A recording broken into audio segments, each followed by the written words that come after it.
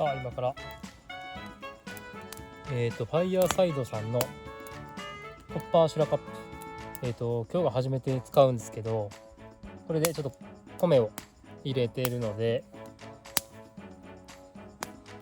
初めてちょっとシェルカップで米を炊いてみます。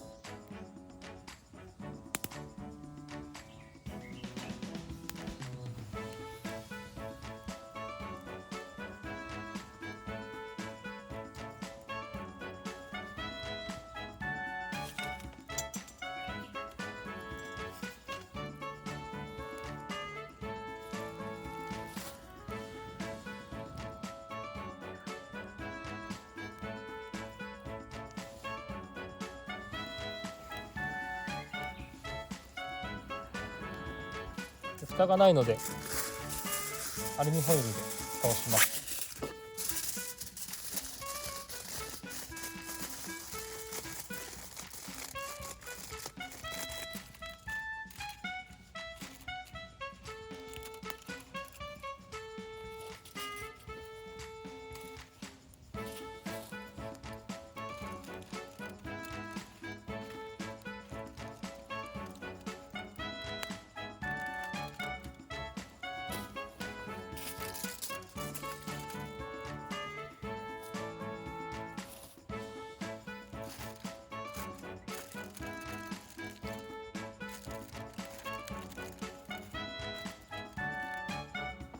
こんなもんでいいでしょう。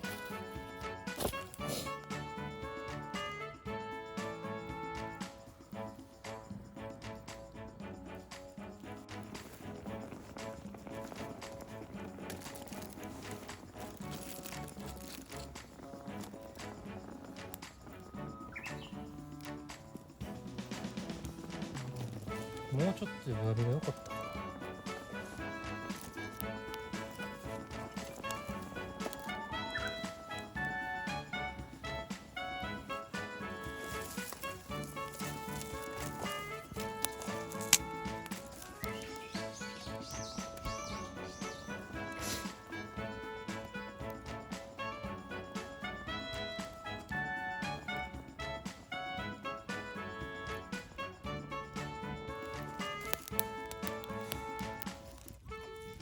どんな感じかな。ちょっと開けてみようか。おお、もうちょっといい感じいい感じ。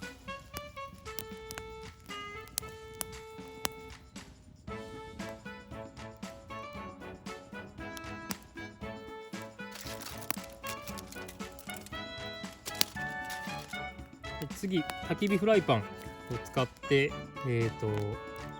ちょっと焼き物をしていこうかなと思うんですけど、これこうその辺で拾ってきた木なんですけど、中に入れて